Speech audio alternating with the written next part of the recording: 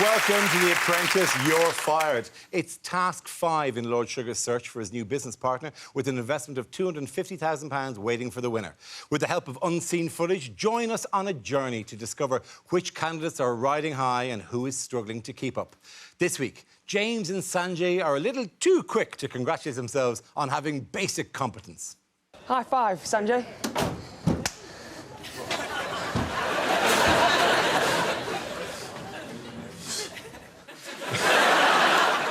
A week after Fat Daddy's fitness hell, we saw how Felipe's wardrobe hasn't caught up with how much smaller he is. Is renowned for the amount of things that... Let's meet our panel. Entrepreneur and former Apprentice finalist Ruth Badger, presenter Alex Brooker and comedian Sarah Millican. Welcome to You're Fired.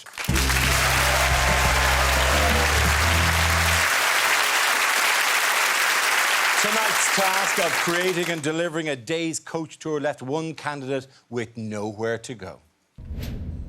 Gemma, you've always been the girl that nearly wins, and I'm sorry to say that you're not going to win on this occasion. Gemma, you're fired. Thank you, Lord Sugar. Thank you, Nicky.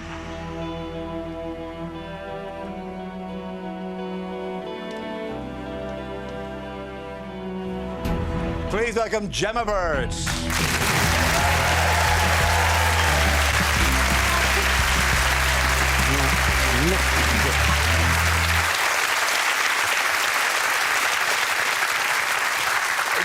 Gemma, obviously, the first question, what's your reaction to being fired? Well, obviously I'm disappointed, but yeah, I think it was a little bit of a shambles, really, so we could kind of see it coming a little bit. Really? Yeah. That would be one way of putting it, all right. At some time. But actually, it was a weird thing, because he picked on one thing that you said, which is, you know, I'm always a girl who comes second, never the winner. That's an unusual philosophy to bring into essentially competition. Absolutely. Yeah, that's so typical of me. I think, you see a lot of people that are very confident and, I guess, arrogant and things like that, and I'm so passionate. I take a lot of pride in, you know, being a little bit modest. I think modesty goes a long way sometimes. I appreciate it. It's a competitive situation. Probably not the best thing to say at that time. It seems like an unusual motto with which to enter into. You wouldn't see it written over, like, you know, instead of "This is Anfield," as the players run out, going, "We're the people who usually come second." Just so they run out under. And let's say you didn't. I mean, you're... Like at the 12th. So you think maybe you should have been more driven? Yeah, I've definitely got the drive. I just think there's a lot of people in that particular process, especially this year. And again, I think, you know, having this sort of modest undertone to my personality, I just think sometimes I just couldn't break through past some of the characters, you know. Fine, that does happen every year. Because previously Lord Sugar criticised you for keeping a low profile, as he put it. So tonight you put your head on the chopping block, and it didn't end well. I led the tour at Hever Castle, which was a lot of information to take on board. There is a photo of Henry VIII over there. And there's also one of Anne Boleyn, which is just here. Gemma, this was a very, very poor tour. If you can find that, have a look at that. That's... One of the customers asked you what went wrong with Henry and Anne Boleyn, and you didn't really know the answer. It seems to me that sort of Henry wanted to move on, and therefore we caused a bit of controversy about Anne. Gemma, you didn't contribute in any of the business aspects. You don't do much. The contribution every week's been disappointing. I don't know what you've been doing here for 5 weeks, to be honest. I know. I mean, you're clearly a very warm person, a very sympathetic person. Can I ask you just some small technical questions? Though, the photo of Henry VIII, was that... What, is a selfie, or was it the one that he posed?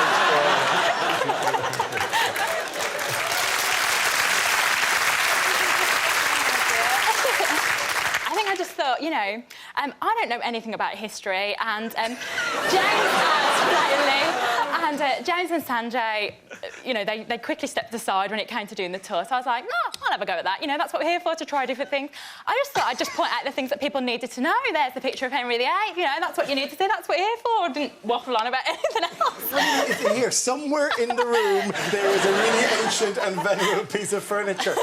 Did you enjoy the tour? No.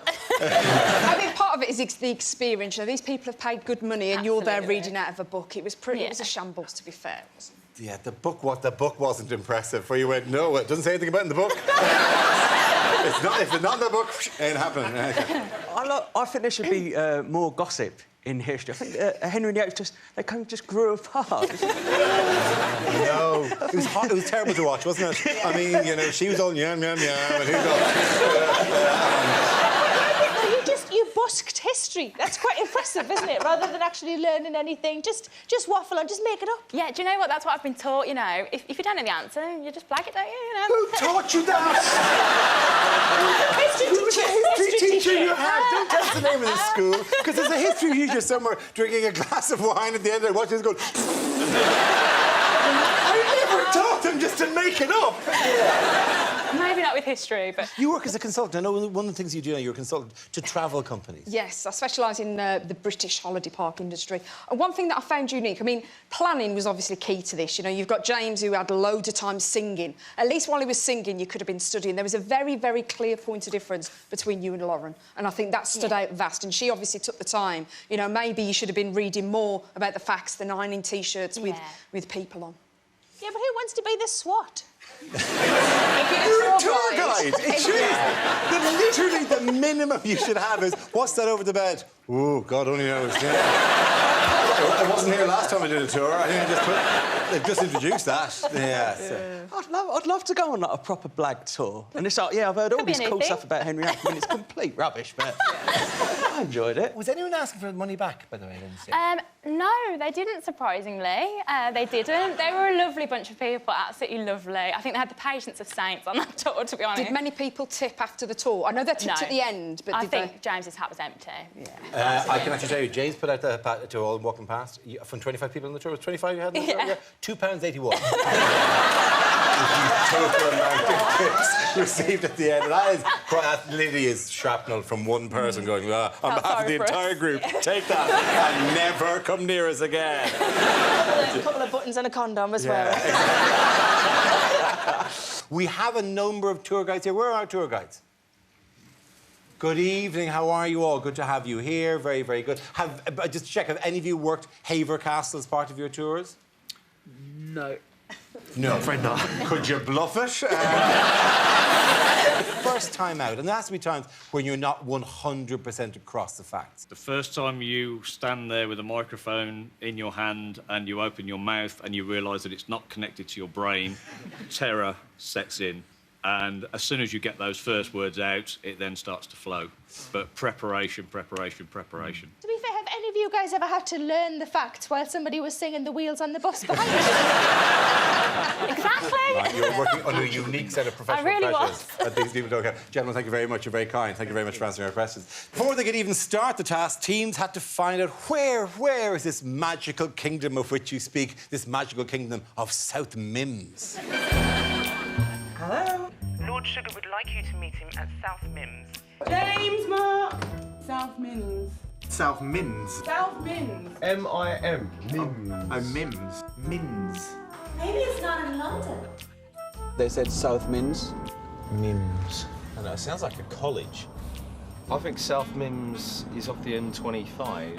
I've learned to believe nothing Daniel ever says. There's a service station called South Mimms. South Mimms services. Well, that's what. Don't tell me said. Daniel was right. I don't believe it. First time for everything, guys.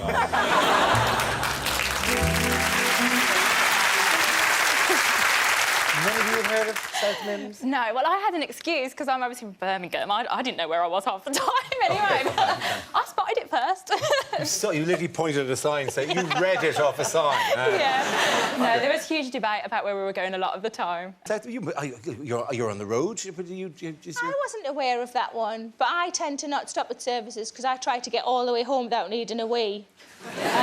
And then as I get in, I hear, like, the Rocky music in my head if I've done, like, 5-hour drive without stopping for a wee. And then I wake up with a migraine, but that's by the by. But I wasn't aware of that one, because I think that's not close enough. It's quite close to London. You wouldn't stop. You'd be more like Lee Delamere is more the place you'd stop on the London to Bristol Road. You know, see, it's the Leicester Forest East of that particular corridor. It's no Sandbach, is it? Oh, Sandbach? No, it's no Sandbach. No one is claiming it to be Sandbach. Your team was aiming to provide a high-quality, historic tour to the customers, and it must have felt like they had been transported back in time to the worst school trip in history. I'm just recovering from the coach journey from hell. The toilet isn't in the best condition right now. You want to avoid that for 10 minutes. The wheels on the bus go round and round. Sing loud, I can't hear you. Round and round. We're doing all right, aren't we? Torture. Torture? When people shouted out, "This is torture," did you think you should stop? Well, I think we did stop then, didn't we? No. Take them on our journey. Show us where we shall be. We're just going past Poundland. Welcome to the 14th century. We've got to go. We have to now leave, I'm afraid. Well, let's go, it's emergency. Yeah, well, sit down, come on. We'll have a little sing-song on the way home.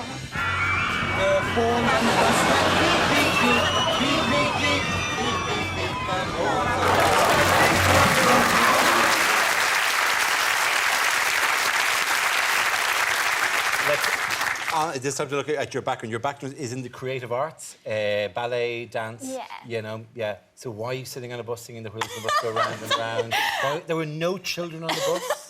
I know. I think we just got a little bit over-enthusiastic, I think, with the whole thing. And obviously, working with James, he's a very excitable character, and I think he led us down this road, and me and Sanjay just went along with it, and I think it just got out of hand, to be honest. People were shouting at you to stop. I know. I think we couldn't hear that because the singing was so loud. We just kept going.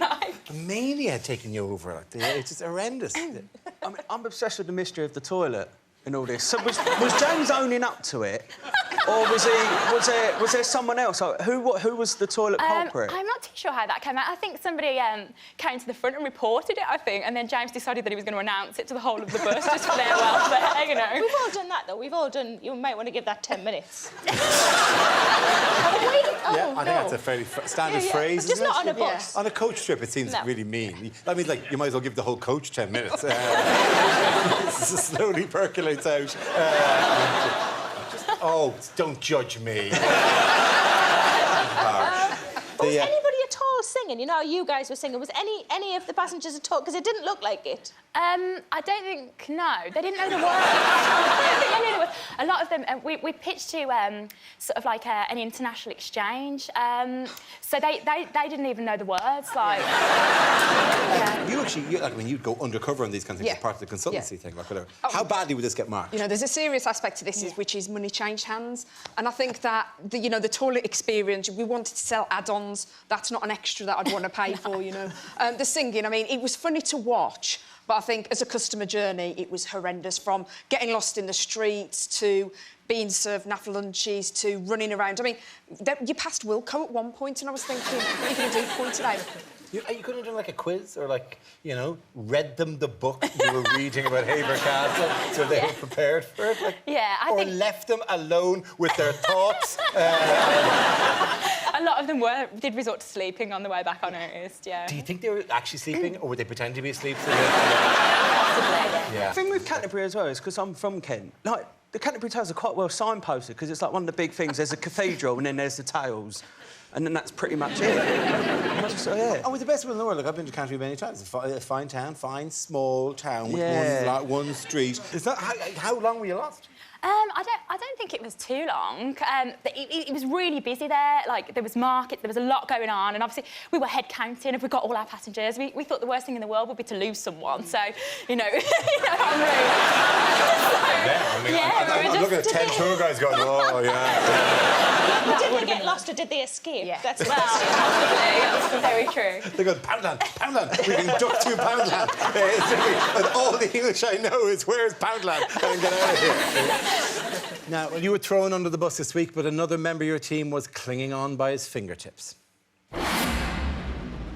I was the only person selling. I was the only one selling. I think I sold nearly everything. Everything? I'll do a T-shirt at 10. About 4 each in a T-shirt. We'll chuck you one in for free if you buy 10, yes? You're like a bottle in a china shop. We try and push our luck, and I'm thinking around 20% mark. £3.10. The woman was slightly shocked. If something's £100, you can't offer them a quid. £10 per person for the adults. No. It's the same like Groundhog Day. Talking 25 people here, you know. That's not a huge number for us at all. When are you going to stop? Children, half price for the children. I wouldn't, I'm afraid. You are this close. I'm telling you for the last bloody time. Clean your act up and stop being a clown.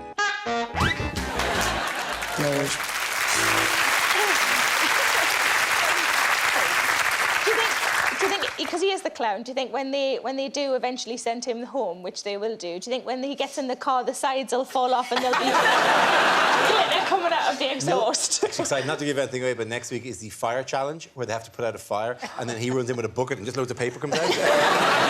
Look at glitter shining. Oh! Wah, wah, wah. It's you describe it as a showman, but he's got a strong personality. Like, yeah, he has got a serious side to him, definitely. But I think any opportunity that there is to kind of, you know, step out and make a show and have fun, I think James just grabs that straight away, definitely. Yeah, but that's good and bad, isn't it? See, I'm going to shock everybody. I really like him. I like him because at least he does something and he's a character when he gets out there. I would kill him on a task. But he's got one talent that nobody else seems to have in the show, which is when he's in the boardroom, he can control it. I think you're lucky that he wasn't in with you. We're rolled over to a certain extent. I mean, on the task as well. This was a serious business programme, and I took it very seriously. And you'll notice that when people were having disagreements, I'm still working.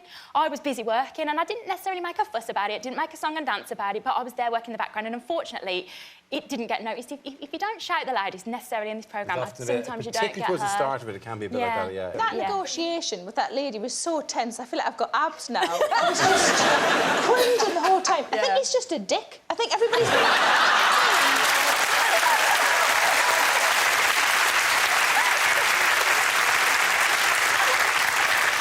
Well, Sanchez stepped up as PM this week, but pretty much screwed it up with his very first decision. Where did we get this £60 price? Where did this come plucking out of mid-air from? We collectively agreed on that. What particular price are we aiming for? So I think we want to start off aiming at £60. As a former bank manager, if someone would have said, I'm running a tour, what would you be saying to them? I'd ask them for what they expected to earn on the tour and their projection of sales figures.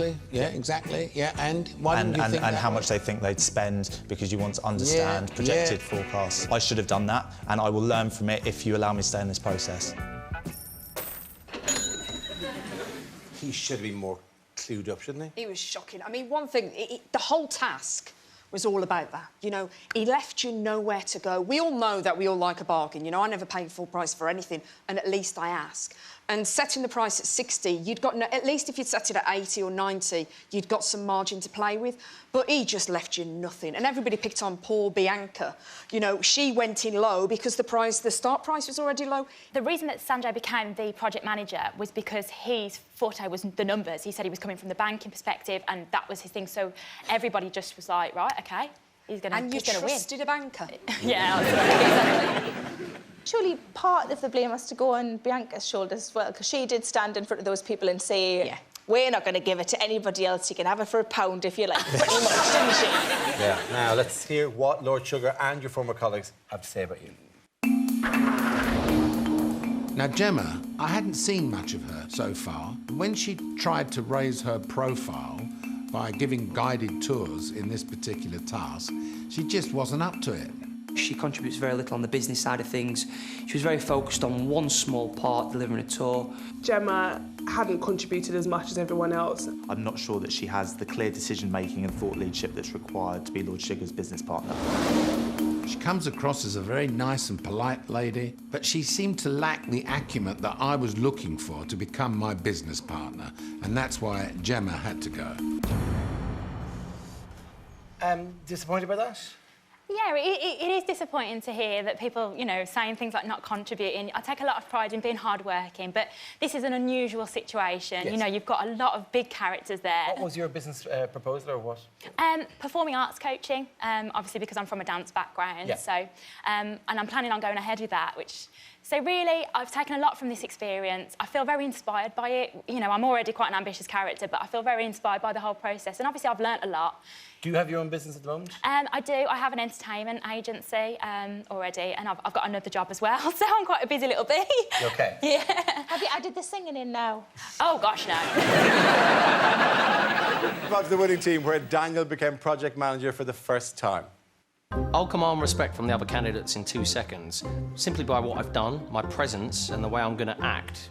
I actually closed 2 of the pitches. The pitches was a group effort. Absolutely. That sale was based on the three of us doing a good pitch. It was a joint effort. When someone else does a good job, you claim it as your own What did I work. claim the as mine? sales, you didn't sell nothing. It's a one-off tour, £90 we can do now. Daniel, the master salesman, a fat zero. OK, well, thank you for your time, sir. Thank you. The best thing that boy sold all day is himself to us and then nothing since. We won this task based on us in this corner here. There's nothing you can throw at me that I can't be brilliant at. F***ing hell. How's this a f***ing treat? I'll take it to a new level. A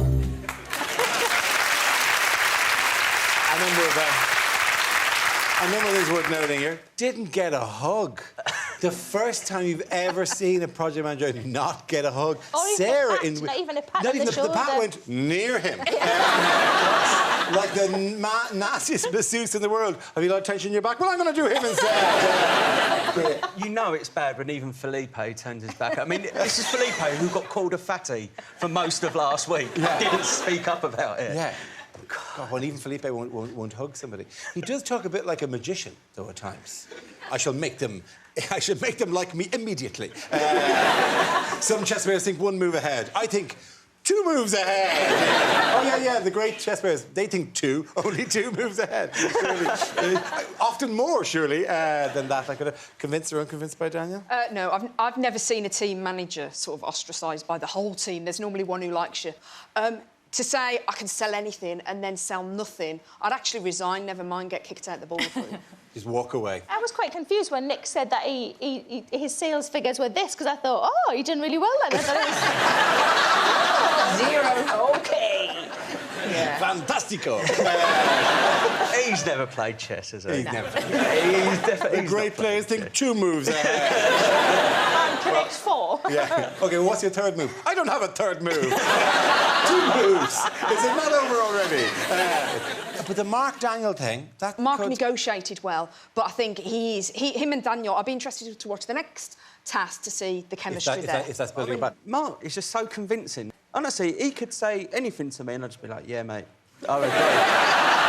Like, genuinely, like... Is it the accent? Do you like the accent? I don't know, he's just got He's something quite about... He's convincing, assuring, isn't he? Yeah, I think Once so. he did say, he said, oh, you got a very good discount. He said, yes, I use the... I think that was the Australian charm. Yeah, Is that a phrase? Is that a commonly used thing? You know, I'm speaking as an Irishman, and we are obviously famously charming. But the Australians also have that? I wasn't sure if that was it. I don't know. I think he does, though. I think he is quite charming. You see, he's got what I think James wants to have, is the sort of... He's quite smooth, whereas James is just a dick, as I've said. You said, Gemma, that you always came in second, and when it came to being a tour guide, you weren't the best, but I don't think you were the worst. This is my ta-da moment. It's currently home to the 11th Duke of Marlborough. The Battle of Blenheim was in 1704. The palace was commissioned and built in 1705. Hello, it's Felipe Garcia. I'm going to give you 15 of my favorite facts about Oxford. There are more pigs living in Oxfordshire than people. This is depicting the Battle of Blenheim. This is actually the birthplace of Sir Winston Churchill. He was born right here in this room. Well, does anybody has any facts that you would like me to go through again? No? No? No? Please tell me that he didn't open with the pig one. I think the pig one was like number 13, where he's clearly padding out the facts, rather than, this is the best one, the pigs. Well, Nicholas said he could make a nice tape for people to fall asleep to, couldn't he? He could just, you know... Felipe talks the history of Oxford. It says a lot that I was watching that thinking, go and have a song, Felipe. Go and just burst out a song, because I'm sure there were people thinking, I'd give anything for a song here off him. He looked like he was in a barbershop quartet. We weren't sure exactly how we looked. The best comparison we could bring, actually, is to... I don't know if you've watched Mary Poppins recently. Dick Van Dyke. Lauren, on the other hand, my God, she did well. Yeah, I thought she was fantastic. To be honest, she's really standing out for me. She'd obviously done her homework, she'd obviously prepped. She knew where things were in the room that she was talking about at the time. She was talking about them. She didn't have a book in her hand. I'm just She didn't saying. point any photos out, though, to be fair. You know, there aren't that many photos there, you know what I mean? Like, Lauren, very impressive. Yeah, I thought she did a brilliant job, you know, but she had maybe more time. Maybe she didn't have as much ironing as you had to do. She did a good job, but I just felt the tour lacked gossip. For me, there was a lot of facts and just not enough lies. We're 5 tasks in now, and Apprentice fans are beginning to pick their favourites. So earlier, we asked our studio audience which candidates they're backing and who they think is lacking. Daniel's quite cocky, quite arrogant, and he says he's a salesman but isn't really selling very well. It just seems too big for his boots. James is really annoying because he's really cocky, looks like he's really difficult to manage, and he just talks way too much. Katie's humble character really warmed the nation when she worked with her teammates last week, and that's where she deserves to win. I'm backing Felipe to win because he's different to other candidates, and anyone that talks in the third person deserves to win. You're fired. You're fired. You're fired. To our pack. You know, we've had 5 weeks of them now. Some favourites may be emerging. Who do you think? Let's start with yourself. I like Lauren and I like Katie. Katie, for me, is balanced. She's northern. She's got this charm and this calm, that I actually really like. OK. Alex? I love Felipe. I do. Do you know what? I've liked him from the very first week. Anybody who goes into the boardroom and says to Lord Sugar, who's an avid Tottenham fan, that Arsenal are a great football club, and expect him to go into business. I mean, that takes some, doesn't it? I think Katie is my favourite, mainly because I think I might be related to her. The vote over for Gemma, though. Within that context, those 3 people in front of Lord Sugar, that's the way we're asking. We always ask this question. Would you have fired Gemma? No. No. Who would you have fired instead? I would have fired Sanjay, because ultimately he was project manager, he made the decision on Canterbury, and he absolutely made the fatal error on the pricing. It was his fault. OK. Alex? I agree. I'd have got rid of Sanjay. The tour wasn't... I mean, it wasn't that bad. I'm a fan of the tour. I've said it time and time again. But that wasn't why you failed. It wasn't like people asking for refunds. So, yeah, I'd have got rid of Sanjay. Sarah? I'd have brought James in. just brought him in, just on his own. Just sat him there.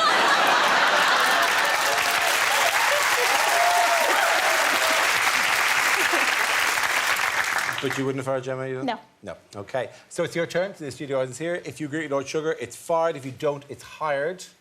Hold up your cards.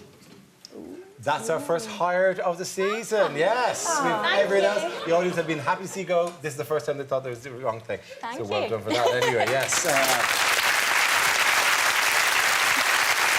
As ever, we wanted to send you away with a little token of our appreciation with a little gift for you. We wanted the gift to be historically accurate because it was about, you know, a famous couple having broken up and stuff. But we didn't want it to, we didn't want... We know how important it is for you for these things to be informal but accurate, like. So it's about a famous couple having broken up. So, so that's you and the sugar. Wait.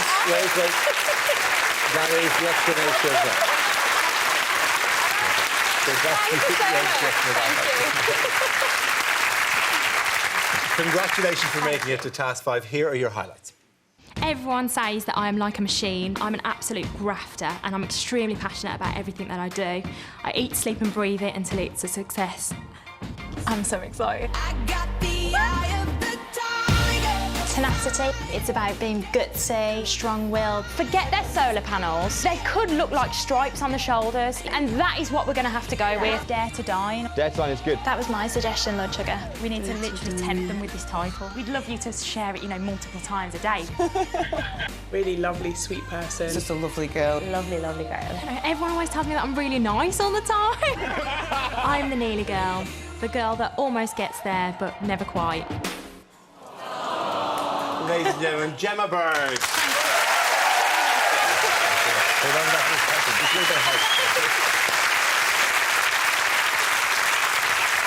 That's it for tonight. Thanks to all my guests. Go to our website at bbc.co.uk/apprentice for loads of extra clips in a section of this week's episode with honest subtitles. You can also find us on Twitter and Facebook. Next week, the candidates have to create a new board game, but who will run out of moves as a result? Yeah, hi, yeah, I'm from America. Do you suffer from delusions?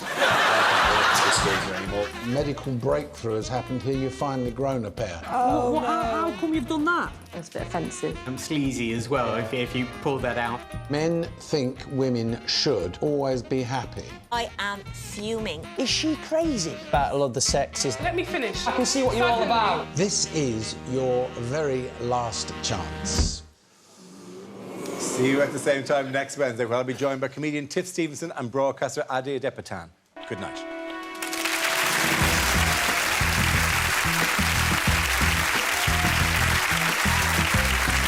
Russell Howard's Good News is on BBC Three now. Next here on BBC Two, it's Newsnight, followed by The Real Truth about the gunpowder plot at 11:15.